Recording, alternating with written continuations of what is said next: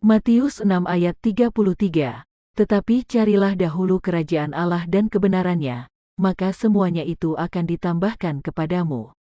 Haleluya. Bapa yang baik, terima kasih Tuhan. Buat saat ini di mana kami bisa berkumpul bersama-sama Tuhan, karena kami tahu bahwa roh Tuhan ada di tempat ini. Itu sebabnya Tuhan, kami juga sadar bahwa ketika nanti kami meninggalkan tempat ini, roh Tuhan juga bersama kami. Bahkan kami begitu percaya bahwa Tuhan tidak pernah sedetik pun meninggalkan kami. Itu sebabnya hari ini Tuhan, apapun pergumulan hidup kami, ajari kami Tuhan untuk senantiasa mengucap syukur. Karena kami tahu ketika kami mengucap syukur, kami dibuat sadar bahwa Tuhan hadir. Tuhan tidak pernah sedetik pun meninggalkan kami. Engkau begitu setia, Engkau begitu luar biasa, bahkan Engkau sudah ada di masa depan kami, menyiapkan yang terbaik untuk setiap kami. Engkau sumber atas segala sumber, Bapa atas segala Bapa, Raja atas segala Raja. Itu sebabnya Tuhan, kami membutuhkan firman dari hati dan dari mulut-Mu sendiri Tuhan. Dan kami percaya firman Tuhan memerdekakan setiap kehidupan. Kami sambut firman kehidupan di dalam satu nama yang indah, Yesus Kristus Tuhan dan Juru Selamat kami. Kami berdoa dan mengucap syukur. Kita sama-sama katakan, amin, amin, haleluya. Silakan duduk. Shalom. Oke. Hari ini kita mau bahas tentang, Kita mau bahas tentang sebuah kata yang atau kalimat yang diulang-ulang di Alkitab. Dan kalimat ini merupakan kalimat yang diutarakan kepada satu orang. Dan orang ini adalah seseorang yang diminta sama Tuhan untuk memimpin bangsa yang cukup berat. Bangsa ini bukan bangsa yang main-main, bangsa yang bersungut-sungut, bangsa yang melewati banyak pergumulan lah. Orang ini, pribadi ini bernama Yosua, dan Yosua ini estafet, dia menerima tongkat kepemimpinan dari Musa, dan dia bertanggung jawab sebenarnya untuk masuk ke dalam tanah perjanjian. Jadi transisi ini, dari sebuah perjalanan yang begitu jauh, Musa nggak masuk nantinya, bahkan generasi pertama juga tidak akan masuk. Dia akan membawa generasi berikutnya masuk ke dalam tanah perjanjian. Hebatnya adalah, dan ini menggambarkan kehidupan kita juga, hebatnya adalah, faktanya adalah, Tuhan sudah memberikan janji kepada Yosua begitu detail. Begitu detail. Tetapi Tuhan tahu bahwa Yosua akan berhadapan sama masalah. Yosua akan lihat rintangan. Sama seperti kita, ada 7.000 lebih janji firman Tuhan. Tetapi Tuhan juga tahu bahwa kita tidak lihat dia secara fisik. Itu sebabnya dia tahu bahwa manusia itu hidupnya sangat terpengaruh dengan penglihatannya, dengan matanya. Itu sebabnya ketika kita melihat masalah di depan kita, rintangan di depan kita, sementara kita tidak lihat Tuhan secara fisik. Sangat mudah bagi orang Kristen yang akhirnya terpuruk, jatuh, bahkan tidak enjoy, tidak menikmati perjalanan dengan Tuhan. Saya melihat selama 25 tahun pelayanan saya, banyak orang Kristen masih datang kepada saya, hidupnya depresi. Kenapa? Dua hal sederhana, tidak kenal Tuhan dan tidak kenal dirinya sendiri. Orang yang mau mengenal dirinya sendiri patut mengenal penciptanya. Dia nggak kenal penciptanya, kita nggak kenal diri kita sendiri. Itu sebabnya banyak orang terkaget-kaget, kok aku bisa melakukan itu ya kemarin. Salah satu format ketaatan, saya nggak punya waktu untuk bahas ini. Salah satu format ketaatan yang tidak pernah dibahas, itu adalah belajar menerima dari Tuhan. Dan seringkali kita didengungkan di gereja, yuk berikan yang terbaik, yuk berikan terbaik. Bagaimana kita bisa memberikan terbaik kalau kita nggak pernah menerima yang terbaik dari Tuhan? Dan kita nggak tahu caranya menerima yang terbaik. Kita nggak pernah menerima atau mengerti bahwa Tuhan setiap hari berbisik kepada kita dan mengatakan, kamu sudah aku layakkan nak, ribuan tahun yang lalu. Kamu sudah aku benarkan nak. Ketika engkau percaya dan menerima aku sebagai juru selamat, keselamatan aku berikan kepadamu tanpa usaha darimu. Kamu hanya percaya kepada saya. Hari ini, manusia masih bergumul dengan keselamatannya. Manusia masih berusaha hidup taat untuk dilayakan. Itu sebabnya manusia stres. Yang harusnya kita pahami bahwa kita hari ini taat karena kita sudah dilayakan. Ribuan tahun yang lalu. Kalau nggak percuma, kata-kata sudah selesai. It is finished, tetelestai. Dan bahkan ketika dia katakan sudah selesai, tabir bait Allah terbelah dua. Tabir itu adalah pemisah antara manusia dengan Tuhan. Yang bisa masuk melalui tabir itu di zaman dulu hanya imam besar. Karena dia adalah mediatornya antara Tuhan dengan manusia. Itu sebabnya ada atonement day, ada hari pendamaian, di mana manusia diperdamaikan dengan Tuhan melewati mediator ini namanya imam besar. Dan dia harus melewati upacara-upacara khusus untuk supaya dia bisa masuk ke dalam ruang maha kudus. Ketika Yesus katakan sudah selesai, pertama yang terjadilah tabir terbelah dua. Itu menyatakan bahwa kita ini semuanya bisa berhadapan sama Tuhan. bisa masuk ke dalam tahta Tuhan, kapan saja, di mana saja, dalam kondisi apa saja. Karena Tuhan tidak lagi berseberangan dengan manusia. Tapi sayangnya, tabir itu dijahit-jahit lagi sama manusia. Dengan legalisme, dengan tata ibadah, dengan khotbah-khotbah yang menuduh-menuduh manusia. Akhirnya manusia nggak enjoy hidup sama Tuhan. Nggak menikmati perjalanan sama Tuhan. Waktu Yesus menyeka kaki murid-muridnya, waktu Yesus membasuh kaki murid-muridnya, dia bilang begini sama Petrus, hari ini kamu nggak ngerti, satu hari nanti kamu akan ngerti. Karena dia belum mati dan dia belum bangkit. Jangan sampai hari ini dia katakan, kamu belum ngerti hari ini. Hari nanti kelak aku harap kamu ngerti. Kita ngerti hari ini, bahwa saya sudah dilayakkan sama Tuhan. Waktu saya terima Yesus sebagai juru selamat, saya mengalami proses namanya justification. Saya dibenarkan sama Tuhan. Hari ini, kalau kita sudah terima Yesus, kita hidup di dalam proses namanya sanctification. Kita dikuduskan tiap hari. Kita dibasuh sama dia tiap hari. Nanti ada proses yang terakhir namanya glorification. Kita dimuliakan bersama dengan Tuhan. Hari ini kita sekolah kehidupan. Kita pembaharuan budi. Tiap hari. Nah kalau kita ngerti itu, kita merdeka. Kita menikmati perjalanan dengan Tuhan. Ketika saya lahir baru, tahun 98. Yang lahir baru itu rohnya, bukan tubuhnya, bukan jiwanya. Waktu roh saya lahir baru, namanya juga baru lahir. Itu rohnya masih sangat muda. Sangat muda. Nah, jiwa saya yang terdiri dari pikiran, kehendak, emosi, perasaan, itu udah penuh sampah. Waktu lahir baru, tubuhnya tetap sama. Habis lahir baru ngaca, besoknya tetap nggak ada rambutnya.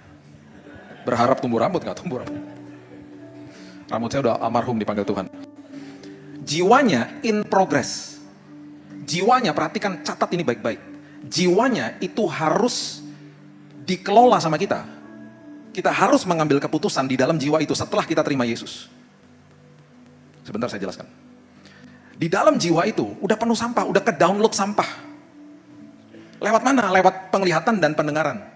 Selama kita hidup. Waktu rohnya baru lahir, born again, baru lahir, itu rohnya usianya lebih muda dari jiwanya, secara rohani. Terus kita masih nggak paham, kita nggak mau kasih makan rohnya. Gimana rohnya bertumbuh? Gimana rohnya akhirnya jadi kuat? Yang kuat jiwanya terus yang penuh sampah, walaupun sudah terima Yesus. Akhirnya stres hidupnya, ngambil keputusan yang ngawur terus. Nggak nikmati perjalanan sama Tuhan, karena nggak pernah dikasih makan rohnya. Makanan roh itu apa sih? Sederhana, dan kedengarannya pasti membosankan. Baca firman, dengar firman, memperkatakan firman. Jangan anggap enteng yang namanya firman Tuhan. Makanya di Ibrani 4 ayat 12 dikatakan firman itu lebih tajam dari pedang bermata dua. Dan dikatakan firman itu hidup dan kuat. Hidup dan kuat. Makanya kehidupan ada di dalam lidah kita. Ketika kita memperkatakan kebenaran. Dan dikatakan dengan jelas, firman itu memisahkan antara jiwa dan roh. Wow. Dia memisahkan antara kebenaran yang ada di dalam roh dan sampah yang ada di dalam jiwa. Dan memberikan hikmat kepada manusia. Ini loh, kamu harus ambil keputusan yang benar. Baik belum tentu benar. Benar membawa kebaikan. Tadi pagi saya berangkat dari Jakarta. Kalau saya mau ke Solo berarti saya harus ke arah barat atau timur. Ayo, nggak tahu geografi ya. Lu gimana tuh? Ke timur atau ke barat? Ke timur, jalan yang benar kan? Kalau tadi pagi saya bilang ini, saya nggak mau ke arah timur. Karena kalau terbang ke arah sana tuh banyak turbulensi, saya mau ke barat aja. Karena jalan ke barat itu lebih baik. Nyampe ke Solo nggak? Nggak nyampe. Nyampenya ke Medan sana. Tapi walaupun jalannya tidak baik, walaupun banyak turbulensi, tapi jalan yang benar tuh menuju ke arah timur, saya tetap menuju ke timur sampai tujuan nggak? Sampai. Di dalam jalan kebenaran pasti membawa kebaikan. Di dalam jalan yang baik belum tentu benar. Jadi yang dikejar kebenarannya, makanya carilah dahulu kerajaan Allah dan bukan kebaikannya, kebenarannya. Baru segala sesuatu ditambahkan. Seringkali kalimat itu dikatakan sama kita, kita mengatakan kepada diri kita sendiri, oh ditambah-tambahkan berarti saya ditambah-tambahin perkara-perkara yang terlihat, hal-hal dunia. Bukan. Itu sekunder semuanya. Ditambahkan tuh berarti apa sih? Kita harus kejar hal-hal yang justru yang tidak terlihat loh. Damai sejahtera, sukacita, hikmat, pengharapan, kasih. Itu adalah modal utama manusia. Kita bisa berhadapan sama masalah, kalau itu kita miliki di dalam sini, kita kuat dan teguh. Banyak orang, imannya gugur selama 2 tahun pandemi. Gugur imannya, bahkan hamba Tuhan. Kami melayani beberapa hamba Tuhan, gugur imannya. Karena hidupnya tidak dikuasai firman, hanya ngerti firman. Gak dikuasai firman. Itu yang bahaya. Makanya kasih makan roh tuh jangan anggap enteng loh. Tahun 86 saya mendarat di kota namanya Tulsa, Oklahoma. Saya dikirim sama orang tua saya sekolah di sebuah sekolah yang sangat-sangat luar biasa namanya Oral Roberts University. Saya belum bertobat. Saya mengeluarkan diri dari situ. Karena bandel. Saya telepon rumah, saya bilang, apa-apaan nih sekolah, disuruh ibadah tiap minggu, kalau nggak ibadah didenda $50. Ngawur aja saya ngomong gitu. Saya kalau ingat itu nyesel saya. Lagi pacaran disuruh pulang karena asrama tutup jam 11. Apa-apaan nih? Dan saya bilang sama orang di rumah, kalau nggak mau kirim uang nggak apa-apa, saya mau kerja, saya mau keluar dari sini. Dan saya mengeluarkan diri saya. Puji Tuhan, saya orangnya suka belajar. Makanya rambutnya habis. Walaupun belum bertobat, selesai S1, S2, summa cum laude lagi. Tertinggi waktu itu. Karena suka belajar. Papa mama datang, bangga lihat anaknya, wah summa cum laude. Tapi hidup dalam dosa. Nah, saya melihat negara ya, yang saya nggak pernah lihat negara kayak begitu. Negara yang takut sama Tuhan. Saya pernah datang ke sebuah tempat kotanya namanya Philadelphia. Itu tempat deklarasi independen Amerika 1776. Ditaruh di situ. Itu firman Tuhan semua dalamnya. Di dalam masa saya waktu di sana, saya lihat bagaimana televisi-televisi menayangkan doa hamba Tuhan di hari Sabtu ketika White House atau istana itu mengundang hamba Tuhan untuk berdoa bagi presiden. Breakfast meeting namanya. Waktu itu almarhum Billy Graham, Oral Roberts masih ada. Mereka yang tumpang tangan. Bahkan beberapa kali hamba Tuhan itu dipegang tangannya sama presiden, ditaruh di atas kepalanya. Doakan saya supaya saya memimpin negara ini dengan takut sama Tuhan. Tiba-tiba, masuklah kelompok liberal, mulai pimpin negara itu. Di tahun 90-an saya lihat di mata kepala saya sendiri. Tiba-tiba kelompok aborsi datang. Mereka bilang gini, legalkan aborsi. Singkat cerita dilegalkan. Itu sejarahnya begitu. Setelah aborsi dilegalkan, LGBT dilegalkan. Karena mereka juga datang, loh gimana tentang kami? Mereka selalu mengatasnamakan hak asasi manusia. Dengan itu bahasanya mereka lah. Bahasa di hadapan kerajaan sorga, manusia mendeklarasi independen dari Tuhan. Distorsi, deviasi pelan-pelan. Negara yang takut sama Tuhan, nggak ada loh. Negara di dunia tuh nggak ada yang negara didirikan di atas firman Tuhan, kecuali Amerika. Adidaya yang luar biasa. Hari ini, Bapak Ibu kalau punya anak dan rencana mau kirim anaknya ke sana, pikir baik-baik. Kalau anaknya tidak berakar di dalam firman Tuhan, kirim ke negara lain, jangan ke situ. Bejat. Anak saya di sana sekarang. Dia melawan yang namanya pergumulan dengan teman-temannya. Sekarang ada gerakan namanya relativisme. Itu artinya kalau semuanya lakukan, dianggap benar. Jadi dia diserang sama teman-temannya. Kamu kok nggak punya cowok? Enak lagi punya pacar, biar tinggal bareng. Kalau tinggal bareng kamu punya sex partner, sama kamu bisa bayar tempat kos atau tempat apartemennya sewa, bayar dibagi 2. Jadi irit. Kamu nggak perlu komitmen, kan enak. Kalau bosan kamu ganti aja. Itu namanya relativisme. Semua lakukan dianggap benar. Itu terjadi hari ini di kelompok millennials. Anak saya tiap hari Minggu pelayanan. Dia umur 23 tahun, dia sudah mulai khotbah ke anak-anak youth. Dia tertanam di sebuah gereja. Saya waktu kirim dia ke sana, saya nggak takut. Tapi saya takut melihat kondisi di sana. Karena dia cerita terus, barusan dia telepon saya lagi. Dia baru pulang dari Hollywood karena teman-temannya ada ngundang dia untuk ada teater lah di sana. Wah ngeri dad, dia bilang gitu. Jadi terang di sini susah. Kelompok LGBT sekarang, mereka sudah disahkan di semua provinsi untuk bisa kawin sesama jenis. Bahkan mereka boleh adopsi anak. Bapak Ibu bisa bayangkan, anak-anak dibesarkan di dalam keluarga yang dua-duanya wanita. Hari ini sedang dibahas di Kongres, hari ini. Ini makin gila ya. Setelah lesbian dan gay sudah sekarang transgender juga mulai buka suara. Jadi sekarang mereka mulai menyuarakan, mereka mulai bilang gini, kalau satu hari kami mau bilang bahwa ternyata saya ini ular, boleh dong. Ternyata saya bukan manusia, saya ular, jadi kalau saya nipu kamu, sah-sah aja. Itu derivatif dari transgender. Bahkan sedang diwacanakan sekarang, kalau orang tua beritahu kepada anak-anaknya bahwa kamu pria atau kamu wanita, orang tuanya bisa pidana. Karena anaknya dikasih untuk memilih. Boleh pilih, kamu mau gender apa? Kan makin dahsyat gilanya. Itu terjadi loh di dalam dunia kita. Dan itu terjadi di mana-mana. Itu sebabnya, yang kita lihat di depan kita, itu makin gelap. Itu sebabnya kalau kita nggak kasih makan roh kita, bablas kita. Jangan anggap enteng firman Tuhan. 3 tahun lalu saya tulis renungan harian. Paling tidak saya bilang sama Tuhan, saya mau membanjiri sosial media dengan firman Tuhan. Karena banyak sekali orang yang bangun pagi, kita kalau bangun pagi ngapain? Tangan kita kan gini-gini. Bukan cari Alkitab, cari HP. Kalimat yang diucapkan sama Tuhan kepada Yosua, itu kalimat namanya kuatkan dan teguhkanlah hatimu. Padahal sudah dikasih janji sama Tuhan. Di kitab Ulangan dikasih tahu sama Yosua, diberitakan sampai 3 kali. Di kitab Yosua pasal yang pertama dikasih tahu sama Tuhan sampai 4 kali, diulang-ulang sama Tuhan. Ya, coba kita lihat dulu ya, Yosua pasal yang pertama Ayat yang pertama sampai ayat yang kelima mengatakan begini. Yosua 1 ayat 1 sampai 5 mengatakan begini. Sesudah Musa hamba Tuhan itu mati, berfirmanlah Tuhan kepada Yosua bin Nun abdi Musa itu demikian. Hambaku Musa telah mati, sebab itu bersiaplah sekarang, seberangilah sungai Yordan, engkau dan seluruh bangsa ini menuju negeri yang akan kuberikan kepada mereka, kepada orang Israel itu. Waktu bangsa Israel keluar dari Mesir, Mesirnya masih ada di dalam pikiran mereka, dan itu membutuhkan 40 tahun untuk keluarin Mesir dari dalam sini. Waktu mereka keluar dari Mesir, mereka sebenarnya ada jalan pintas, tapi kalau lewat jalan itu mereka harus berhadapan sama bangsa Filistin. Dan kalau mereka perang, karena mereka belum dewasa, mereka pasti bersungut-sungut. Jadi mereka dikasih jalan yang betul-betul proses, 40 tahun akhirnya. Ayat yang ketiga. Setiap tempat yang akan diinjak oleh telapak kakimu kuberikan kepada kamu seperti yang telah kujanjikan kepada Musa. Semua yang kau injak akan aku berikan kepadamu. Dulu, waktu mereka baru keluar, mereka berhadapan dengan Laut Merah. Laut Merahnya dibelah sama Tuhan. Dimanja sama Tuhan. Waktu dipimpin sama Yosua, mereka melewati sungai Yordan, dan sungai Yordan juga akhirnya dibelah sama Tuhan. Itu mereka harus mencelupkan kakinya. Ada pernyataan iman di situ. Udah mulai dewasa soalnya. Kemudian Tuhan memberikan janji yang sangat detail. Dia kasih tahu begini ayat 4. Dari padang gurun gunung Lebanon sebelah sana sampai ke sungai besar, yakni sungai Efrat, seluruh tanah orang Het sampai ke laut besar, di sebelah matahari terbenam, semuanya akan menjadi daerahmu. Detail janji Tuhan. Ayat yang kelima, seorang pun tidak akan dapat bertahan menghadapi engkau seumur hidupmu. Seperti aku menyertai Musa, demikianlah aku akan menyertai engkau, aku tidak akan membiarkan engkau, tidak akan meninggalkan engkau. Detail. Tapi tetap aja Tuhan tahu bahwa dia akan berhadapan sama rintangan. Perhatikan prinsip ini baik-baik. Semua tujuan atau panggilan hidup kita, tanah perjanjian kita, itu selalu lebih besar daripada kekuatan kita hari ini.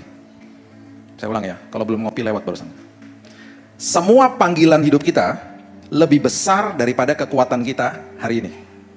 Itu sebabnya Musa menolak untuk memimpin. Mana bisa? Dia lihat dirinya, gak bisa lah. Yeremia katakan, aku gak bisa. Semua yang dipanggil katakan, aku gak bisa. Mana mungkin aku bisa lakukan itu? Tuhan sudah lihat masa depan kita. Dan dia memanggil kita karena ada potensi di dalam kita yang luar biasa. Tetapi itu melebihi kekuatan kita hari ini. Itu sebabnya ada perjalanan iman yang mendewasakan kita dan membuat kita lebih kuat dan makin kuat. Dan ketika sampai ke tanah perjanjian, kita akan menempati panggilan Tuhan. Yusuf, panggilannya luar biasa. Yusuf udah dikasih mimpi, udah dikasih hint, dikasih kode sama Tuhan udah. Tapi saya percaya Yusuf pasti bilang tidak kalau Tuhan ngomong begini tiba-tiba. Yusuf, kamu nanti akan jadi orang nomor 2 terpenting di Mesir. Tapi habis ini besok ya, kamu akan dibuang ke dalam sumur sama kakakmu. Mereka benci sama kamu, Udah gitu nanti jubahmu diambil, kamu akan jubah itu dicelupin ke dalam darah, nanti orang tuamu akan berpikir kamu diterkam sama binatang buas. Kamu difitnah pokoknya. Terus kamu akan dijual, dibawa ke Mesir. Sampai di sana kamu akan dijual ke rumah Potifar. Ya, di situ kamu naik-naik dikit lah jadi kepala rumah tangga. Habis itu kamu dikejar-kejar sama istrinya. Terus kamu difitnah lagi, kamu masuk penjara loh, Waktu kamu masuk penjara, kamu tiba-tiba di dalam penjara kamu dapat secercah harapan. Kamu ketemu sama juru minum sama juru roti. Ketika kamu menerjemahkan mimpi mereka. Terus kamu berharap, kamu bilang sama mereka, ingat aku ya kalau kamu keluar ya. Terus kamu dilupain lagi 2 tahun. Baru setelah itu nanti baru kamu keluar dari penjara. Kira-kira mau gak Yusuf? Gak mau pasti. No, thank you. Makanya seringkali ada rintangan untuk mendewasakan kita. Karena panggilan Tuhan di ujungnya jauh lebih besar daripada apa yang kita pernah pikirkan. Dan di dalam rintangan itu kita dibuat dewasa.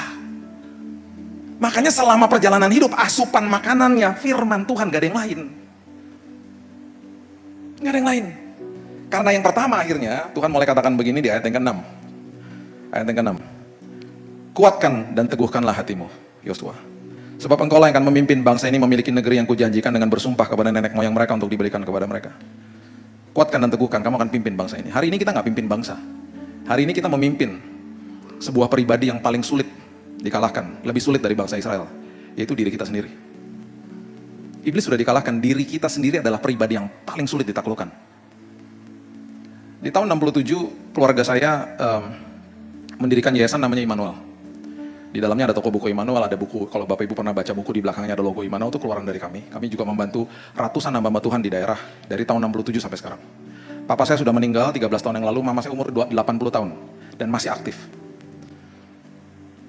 20 tahun yang lalu, kami ngikutin perkembangan orang Indonesia khususnya jemaat. Minat baca di Indonesia 20 tahun yang lalu itu 1 berbanding 45. Itu sebabnya 20 tahun yang lalu kami mengeluarkan, kira-kira 20 tahun yang lalu kami mengeluarkan Alkitab sepanjang tahun untuk bantu jemaat. Karena kami tahu bahwa jemaat itu kalau baca Alkitab supaya habis itu kadang-kadang stop di tengah jalan.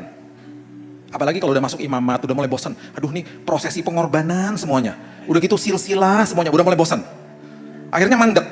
Nanti baca Yosua, baca Yeremia, ini nubuatan. Oh pos ini makin bingung nanti.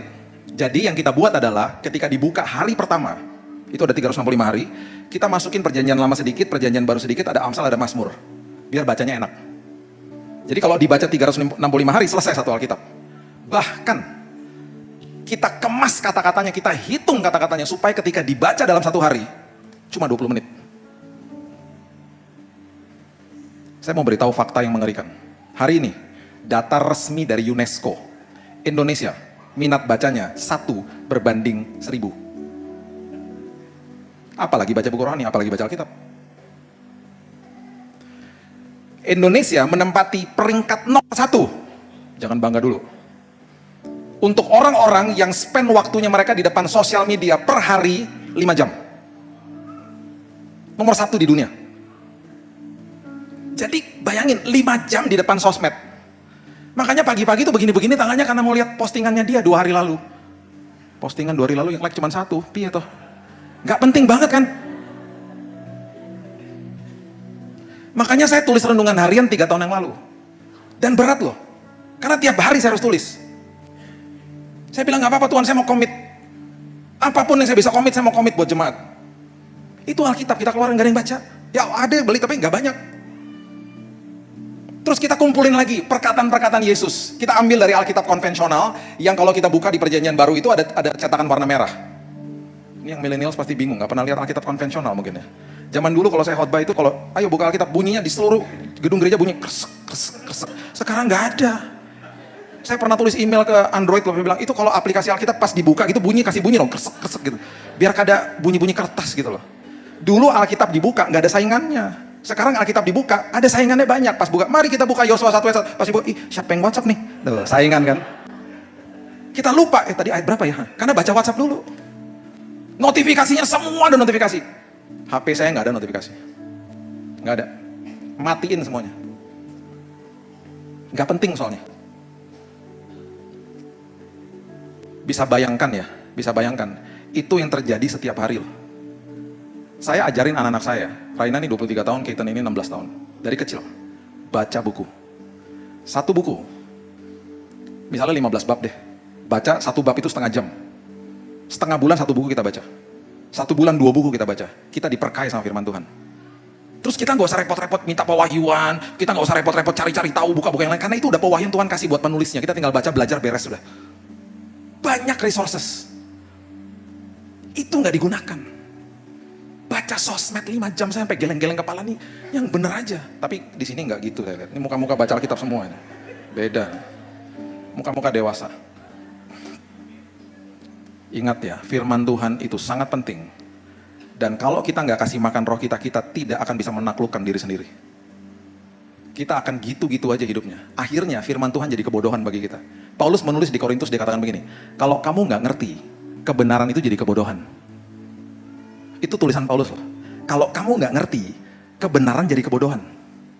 Contohnya gini, saya kalau lihat lukisan, saya nggak ngerti dunia lukisan. Ketika teman saya bilang lukisan ini harganya 1M, bagi saya kebodohan. Lukisan 1M, kayak coret-coretan, itu kayak cat tumpah, tau gak? Saya bilang, apa 1M? Terus dia bilang, itu udah dibeli orang 1M, itu ada maknanya. Maknanya apa? Coba kamu pelototin, itu ada maknanya. Saya pelototin makin pusing. Karena saya nggak ngerti dunia lukisan. Sebaliknya, ketika saya mengerti sesuatu, jadi sesuatu itu tidak jadi kebodohan. Kalau saya kasih tahu hobi saya, hobi dunia aviasi, saya punya 350 pesawat. Mainan, jangan kaget. Kaya banget tuh hamba Tuhan. Saya punya mainan pesawat kecil-kecil segini 1-400. Saya suka dunia aviasi. Dan saya nggak main-main loh sama hobi saya itu. Saya suka banget. Saya punya sertifikat dari Boeing terbangin pesawat. Saya nggak punya waktu sekolah penerbangan. Saya masuk ke flight simulator, simulator beneran loh ya. Kokpitnya pesawat beneran. Saya punya teman pilot banyak makanya. Berapa minggu lalu saya diajak sama teman saya yang pilot, punya flight simulator, punya kokpitnya pesawat, kokpit asli loh. Yang udah diambil dari pesawat bekas, ditaruh di tempatnya dia. Besar kokpitnya. Belajar terbangin pesawat. Jadi kalau pilot-pilotnya tiba-tiba mau mendarat sakit perut, saya bisa lah mendaratin pesawatnya. Tolong daratin, bisa. Ngerti lah. Karena bagi saya nggak kebodohan. Sampai saya ngerti industrinya, sampai saya datengin pabriknya Boeing di Seattle, Amerika sana. Datengin. Masuk ke pabriknya. Saya mau lihat pembuatannya. Saking sukanya loh. Pesawat tuh ada nomor polisinya. Ayo, nggak tahu kan? Nomor polisi di Solo apa depannya? AD toh? AD kan? Jogja apa? AB kan? Pesawat juga ada. Nanti next time Bapak Ibu masuk ke Garbarata, lihat di bagian belakang ada tulisannya PK. Itu bukan persembahan kasih. Itu artinya Papa Kilo. Itu artinya pesawat itu registrasi berasal dari Indonesia. Itu nomor polisinya. Ya, baru tahu ya. Kalau ada tulisan N di depannya, itu bukan dari Malang pesawatnya. Itu berarti dari Amerika. Nah, ada nomor polisinya. Sampai-sampai flight saya, kalau saya misalnya mau terbang terus dia mau delay atau tidak, saya tahu. Buka aplikasi namanya Flight Radar. Bapak Ibu tahu? Kalau di gate boarding itu, petugasnya nggak ngeliatin apa, tau nggak di situ? Ngeliatin Flight Radar. Jadi saya kadang-kadang gini tanya sama Mbaknya, Mbak, delay kira-kira 15 menit. Kok tahu Pak? Gitu. Oh, tahu dong. Pesawat yang saya mau tumpangi bentar lagi belum mendarat kan? Iya. Masih di atasnya, kalau saya di Surabaya waktu itu, oh masih di atasnya Semarang nih Mbak ya. Kok tahu sih Pak? Gitu. Iya, sama aplikasinya gitu. Tahu saya. Jadi kalau istri saya mendarat, saya lagi jemput dia, nanti WhatsApp-nya udah nyala gitu ya, terus dia bilang, aku udah landing ya. Saya balasin, aku juga udah tahu. Waktu dia mendarat, saya dapat ting, landed. Tuh. Detail tahunya. Bagi saya bukan kebodohan, saya bisa jelasin nih semua. Begitu juga dengan firman. Nggak ngerti firman, jadi kebodohan. Makanya banyak orang susah ngampuni orang tuh. Padahal tertulis dengan jelas, harus saling mengasihi sama seperti Kristus ngasihi saya. Bukan sama seperti orang itu ngasihi saya. Ayo. Makanya saya katakan berkali-kali kan, saya katakan selalu, jangan berikan silent treatment sama orang. Jangan diemin orang, sapa duluan. Saling mengasihi sama seperti Kristus mengasihi saya. Itu namanya menguasai hidup. Berat loh. Tapi kita akhirnya jadi pemenang kalau kita ngerti firman. Jadi jangan anggap enteng firman Tuhan. Jadikan itu proaktif. Waktu kita terima Yesus, kita dimeteraikan jadi anak.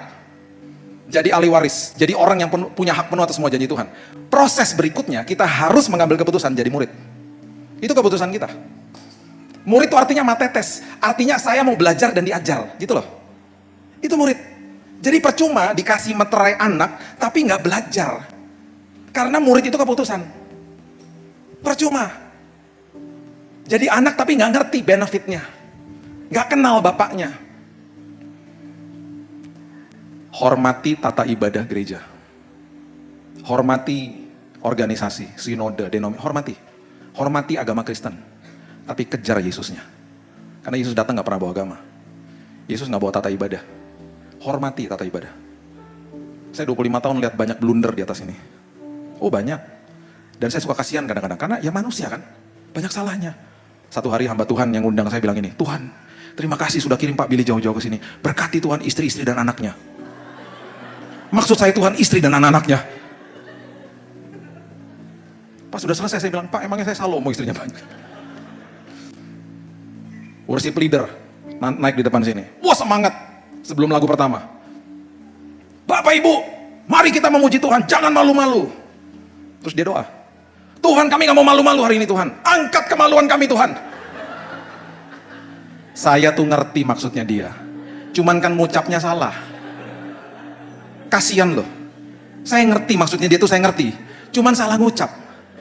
Sampai jadi blunder kemana-mana. Sampai ada jemaat berteriak di belakang. Jangan Tuhan aku belum nikah Tuhan gitu. Ampun, chaos tiba-tiba. Aduh, dia gak bisa pimpin dengan benar abis itu. Grogi. Kasian loh. Ya, hormati, kejar Yesusnya. Ingat ibadah nggak bisa stop loh. Nanti doa berkat disampaikan, ibadah jalan terus. Karena gerejanya kita, ini gedungnya loh. Ibadah jalan terus. Kalau nggak, suami istri yang bertengkar di mobil, ketika masuk gedung gereja bilang apa? Nanti kita teruskan, ibadah dulu. Munafik akhirnya. Masuk ke dalam gedung gereja, shalom, shalom, shalom, shalom. Sampai di mobil lagi setelah doa berkat, sampai mana tadi? Lu pikir gua lupa? Hah? Ibadah jalan terus. Kita masuk mobil, tempat itu berubah jadi tempat ibadah. Karena saya gerejanya. Amin. Yang kedua. Ayatnya yang ke-7. Firman Tuhan katakan gini. Hanya kuatkan dan teguhkan hatimu dengan sungguh-sungguh. Bertindaklah hati-hati sesuai dengan seluruh hukum yang telah diperintahkan kepadamu oleh hambaku Musa. Janganlah menyimpang ke kanan atau ke kiri supaya engkau beruntung kemanapun engkau pergi. Jangan tunda ketaatan. Di dalam perjalanan iman kita, di dalam perjalanan kita menuju tanah perjanjian yang Tuhan sudah siapkan bagi kita, rintangan pasti ada. Jangan tunda ketaatan, jangan menyimpang ke kanan atau ke kiri. Perhatikan prinsip ini baik-baik. Kita tidak akan sanggup taat dengan kekuatan sendiri, karena daging terlalu kuat. Saya berhadapan sama orang yang mau melepaskan diri dari belenggu dosa, susahnya minta ampun. Karena yang didengungkan di atas mimbar doktrin, bukan aplikasinya. Harus hidup taat, jemaat pulang. Oke, itu gimana caranya? Makanya banyak orang datang kepada saya, ada 6 orang, kira-kira saya lupa ya, 5-6 tahun yang lalu, mau lepas dari rokok. Dan semuanya ngomongnya begini, ketika doa, aku janji Tuhan, indah doanya. Salah nggak? Enggak. Dia lupa, ketika orang berjanji, itu ada tanda kurung di belakang yang tidak terucapkan dengan kekuatan sendiri. Alhasil mereka jatuh lagi. Dengan kekuatan sendiri kan, bang, dari 2 bungkus bang, sekarang jadi 1 bungkus bang, doain terus ya bang. Gitu. Saya ngikutin aja. Akhirnya saya biarin aja. Ini teman-teman saya biarin aja. Sampai saya mau lihat sampai mana sih? Benar, mereka berhenti. Tapi cuma beberapa bulan, datang lagi satu-satu. Tolong doain bang, kenapa? Ngerokok lagi. Hidup taat tuh susah banget, gitu. Terus banyak yang ngomong gini, aku nyerah deh, dia bilang gitu. Ketika mereka bilang aku nyerah, saya bilang gini, itu yang Tuhan mau. Waktu kamu bilang janji sama Tuhan, itu seperti kamu udah mau jatuh ke dalam jurang. Kamu lagi pegangan ranting, Yesus datang bilang gini, sini, aku tolong kamu. Terus kita bilang gini sama Yesus, minggir, aku bisa sendiri, jatuh beneran. Di dalam kelemahan kita, kuasa Tuhan jadi nyata. Satu-satu datang kepada Tuhan ngomong gini, Tuhan, aku nggak sanggup Tuhan. Tapi ketika aku terima Engkau sebagai juru selamat, aku sudah dibenarkan. Aku sudah dilayakkan Tuhan. Ada kuasa kebangkitan di dalam aku Tuhan. Aku nggak bisa Tuhan, aku lemah Tuhan. Mereka nangis. Bapak Ibu tahu yang terjadi? Dalam hitungan 5, 6, 7 hari. Ada orang ngerokok, mereka pengen muntah rasanya. Mereka lepas dengan instan dan mereka bilang gini, ada kekuatan yang merasuki hidupku. Itu kekuatan Roh Kudus. Bukan dengan kekuatan sendiri. Hidup taat dengan kekuatan Tuhan. Ada perkara indah yang Tuhan sudah siapkan bagi kita. Ada kuasa kebangkitan. Ada damai sudah ditinggalkan. Itu kalau kita nggak baca firman, kita nggak tahu. Yohanes 14 ayat 27 contohnya ya. Damai aku tinggalkan bagimu. Itu kalau kita nggak tahu, kalau kita nggak baca, kita nggak ucapkan setiap hari, kita akhirnya hidupnya di dalam chaos. Waktu saya didiagnosa cancer sama dokter, saya bilang gini, Tuhan, aku kutip 1 Petrus 5 ayat 7, Tuhan, aku serahkan kekhawatiranku kepadamu. Terus aku bilang, Tuhan, aku tukar dengan damai yang kau telah tinggalkan bagi aku. Karena kau sendiri katakan damai yang kau berikan bukan seperti yang dunia berikan. Kalau dunia berikan damai itu setelah badai selesai ada damai. Tapi damai dari Tuhan adalah damai selagi ada badai. Itu sebabnya Yesus katakan, jangan gentar, jangan gelisah hatimu nak. Aku tukar ya Tuhan kekhawatiranku dengan damai itu. Sampai-sampai teman saya ketika WhatsApp saya, Bill, aku dengar aku sedih banget, kamu divonis mati Bill sama dokter, aku sedih banget Bill. Dia WhatsApp saya, terus saya ngobrol sama dia. Tiba-tiba dia bilang gini, dia bukan orang percaya. Kok kamu semangat banget dari tadi? Terus saya bilang, karena saya punya damai sejahtera. Dia bukan orang percaya. Kemudian dia bilang gini, aku gak pernah punya damai kayak begitu. Aku ngiri sama kamu. Kamu divonis mati, kok punya damai. Aku gak pernah punya damai. Terus dia ngomong, gimana cara dapetinnya? Ya gak bisa di Indomaret lah. Kamu mau dapetnya gimana? Kamu datang ke Yesusku nanti malam sebelum kamu tidur. Tapi kamu gak boleh sekedar minta. Kalau kamu minta-minta tuh namanya eksploitasi. Kamu harus percaya dulu sama dia. Oh gitu toh? Iya, percaya dulu loh. Aku masuk Kristen. Enggak. Saya gak bilang kamu masuk Kristen. Percaya sama Yesus. Dia berdoa malamnya. Besok paginya, saya dapat WhatsApp dari dia. Bill, tadi subuh aku mimpi ketemu sama Yesusmu. Aku bangun tidur, aku rasakan damai yang aku gak pernah rasakan seumur hidupku. Hari ini aku mau bilang sama kamu, aku percaya sama Yesusmu. Aku doakan kamu sembuh, kamu pulang. Dan aku mau datang ke rumahmu. Aku minta didoakan. Sampai hari ini, dia menjadi orang percaya. Firman jadi kehidupan. Yang ketiga, janganlah engkau lupa memperkatakan kitab Taurat ini, tetapi renungkan itu siang dan malam, supaya engkau bertindak hati-hati sesuai dengan segala yang tertulis di dalamnya. Sebab dengan demikian perjalananmu akan berhasil, engkau akan beruntung. Jangan lupa memperkatakan dan renungkan firman Tuhan. Itu kalau saya rangkumkan begini, jangan sekedar hanya ngerti firman, naik level, hidup dikuasai firman. Jangan sekedar hanya baca firman, biarkan firman baca kita. Mulai bertumbuh, tiap hari itu, Tuhan aku mau bertumbuh Tuhan. Aku mau bertumbuh. Bahkan Daud mengatakan begini di Mazmur 131, Tuhan aku menyapih jiwaku. Kalau saya bisa tambahkan jiwa yang penuh sampah. Menyapih itu artinya meninggalkan ketergantungan sama susu. Itu Daud loh. Aku menyapih jiwaku ya Tuhan. Dan dia katakan aku mendiamkan dan menenangkan jiwaku. Karena dia tahu jiwanya penuh sampah. Aku mau bertumbuh Tuhan. Tiap hari bilang sama Tuhan, Tuhan pimpin aku. Aku gak mau sekedar hanya baca firman. Aku mau hidupku, langkah-langkahku dipimpin sama firman Tuhan. Kira-kira 2-3 minggu lalu lah ya, mobil saya ditabrak di Jakarta. Di Jakarta tuh, kalau di jalanan di Jakarta itu sekolah kehidupan bagi saya. Karena ada 16 juta motor di Jabodetabek. Jadi Bapak Ibu kalau nggak perlu ke Jakarta, jangan Jakarta, pusing. Di sini tuh enak banget. Saya tadi teduh liatin traffic di sini ya. Jakarta tuh ampun, bener. Salah satu sekolah kehidupan saya tuh berhadapan sama motor di Jakarta. Sampai-sampai bayangin ya, motor di Jakarta tuh belok dulu baru lihat. Kalau di Solo kan lihat dulu baru belok kan. Kalau di Jakarta belok dulu baru lihat, baru lihat. Mobilnya di belakangnya. Berkali-kali hampir benturan. Jadi saya klakson dong, tingin gitu. Dia berhenti buka helm. Apa lo? Ayo. Hamba Tuhan manusia juga. Setengahnya Manado lagi, ayo. Makan pedas-pedas, darahnya pedas juga. Istri saya punya password yang paling hebat. Dia selalu pegang kaki saya. Udah sayang, udah. Jangan-jangan dia jemaat. Kalau saya dengar kata jemaat, langsung luluh hati saya loh. Oh iya ya, jangan-jangan jemaat ya. Mungkin dimarahin sama istrinya ya sayangnya. Iya udahlah, jemaat itu pasti udah. Setiap kali ada motor kurang ajar, istri selalu bilang, jemaat, ingat loh jemaat. Itu passwordnya, saya langsung jadi teduh memang. Dengar kata jemaat itu langsung penuh dengan belas kasihan loh. Sampai-sampai saya bilang, ini jemaat gereja mana kurang ajar semua. Hah? Semua motor yang kurang ajar jemaat. Tiba-tiba tahun 2018 istri saya bilang gini sama saya, kok kamu tadi diem aja ada motor-motor kurang ajar? Lulus. Yang validasi orang terdekat. Tadi aku kesel, kok kamu diem aja? Udah gak lihat, udah biasa aja, lulus. Itu sekolah kehidupan. Nah, 3 minggu lalu saya ditabrak. Jadi ini jalur ya, mau belok kanan. Saya nggak boleh di jalur itu, harusnya di sebelah kiri. Sebelah kiri itu jalurnya terus. Jadi saya salah jalur nih. Jadi saya harus ke kiri untuk jalan terus gitu ya. Saya mau pergi pelayanan lagi hari Sabtu itu, Sabtu siang jam 2. Saya lihat si spion. Wah, jauh di belakang. Jadi saya pelan-pelan pindah jalur. Pelannya luar biasa, pelan. Karena mobilnya jauh semua. Dan saya lihat mulai berhenti pelan-pelan gitu. Tiba-tiba ada motor nabrak sisi kiri saya sekeras-kerasnya. Gubrak segubrak-gubraknya. Wah, kaget saya. Ini dari mana nih motor? Sampai orangnya terlempar hampir masuk got. Saya kagetnya luar biasa. Saya buka kaca, saya lihatin tuh orangnya saking kagetnya. Itu orang-orang di belakang marah-marah, rupanya dia tertidur di motor. Jadi orang-orang di belakang tuh pada marah-marahnya dia, woi mas, gak lihat mobil udah belok, udah kasih sen, ngebut aja gitu. Memang karena dia ngebut, dia rupanya tertidur. Saya menepi, saya diperhadapkan sama 2 keputusan. Marah-marah minta ganti rugi, atau dipimpin Roh Kudus. Dipimpin Roh Kudus saya gak tahu mau saya ngapain. Jadi saya bilang ini, Tuhan pimpin aku gak tahu harus ngapain. Kesel hatiku, kesel. Dan udah pas-pasan waktunya, udah harus pergi pelayanan. Saya turun dari mobil, Tuhan pimpin aku.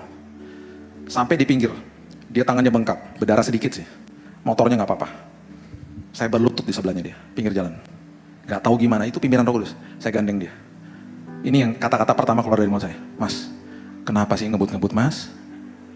Tiba-tiba dia nangis. Aku capek pak, aku letih pak. Aku mulai kerja dari jam 6 pagi pak, mohon maaf ya pak. Aku tadi udah lihat bapak loh pak, tiba-tiba ngeblank aku ketiduran pak. Pak aku letih pak secara mental, aku banyak tekanan ekonomi pak. Saya minta maaf ya pak, mobil saya penyok udah. Keras banget soalnya.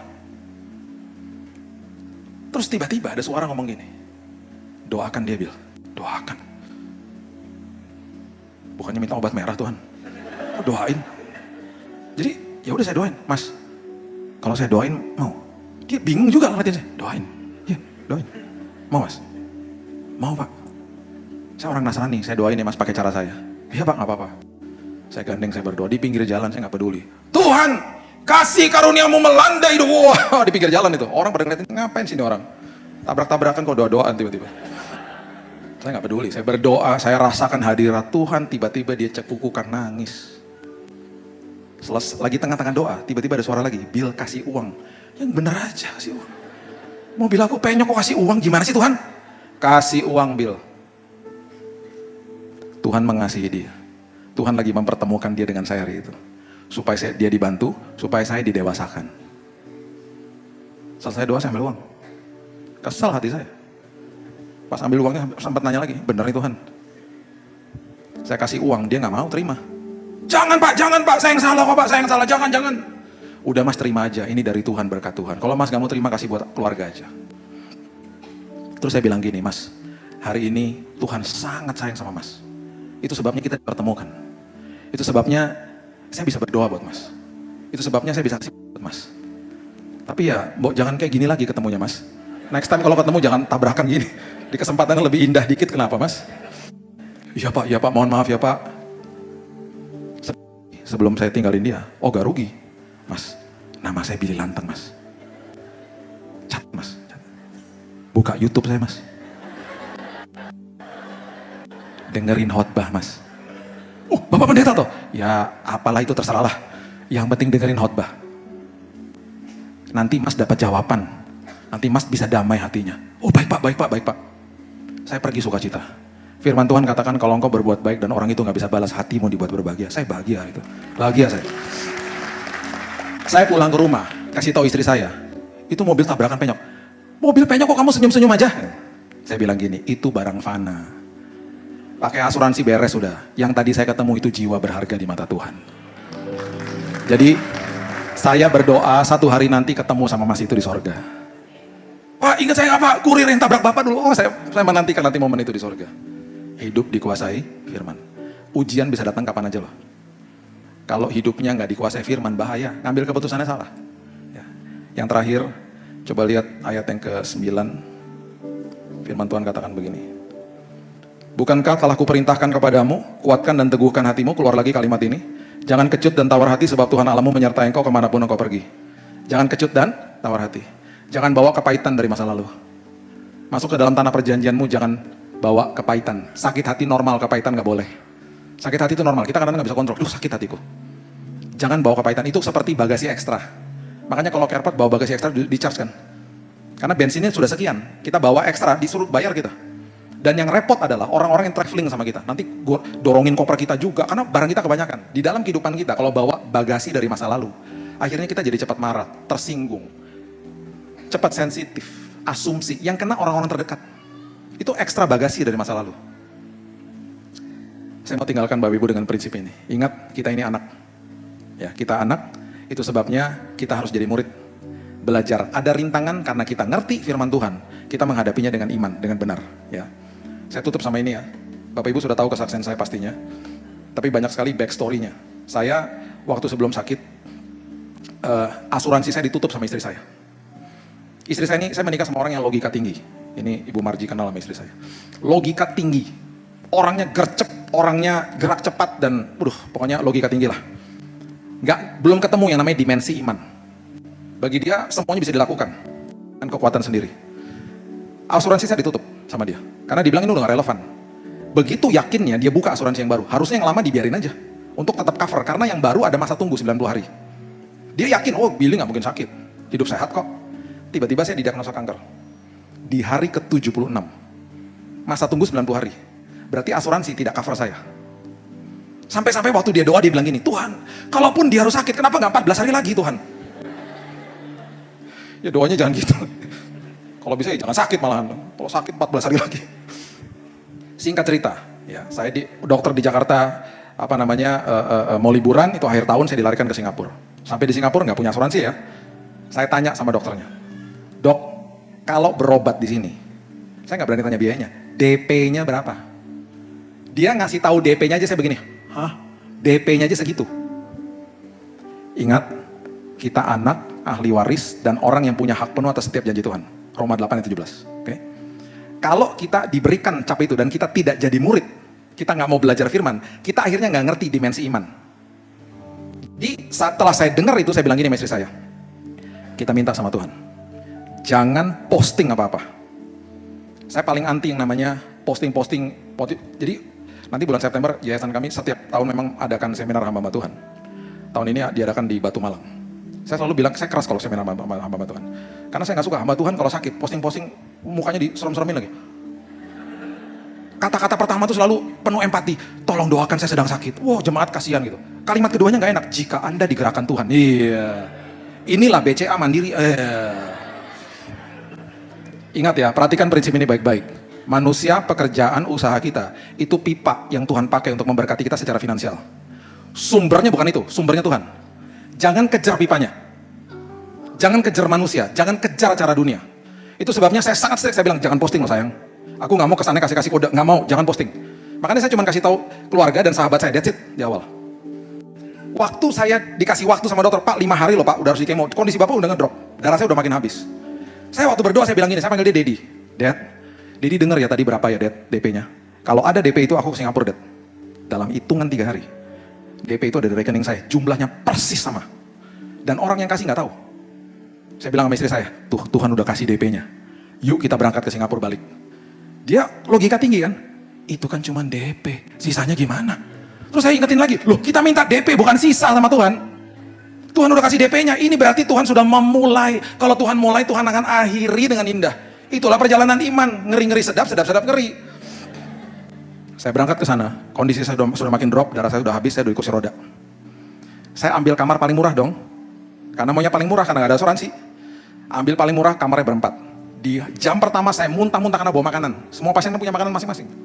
Tiba-tiba istri saya lihat di website, ada kamar yang sendirian, namanya isolasi, kamar isolasi. Harganya sedikit lebih mahal dari kamar yang berempat itu.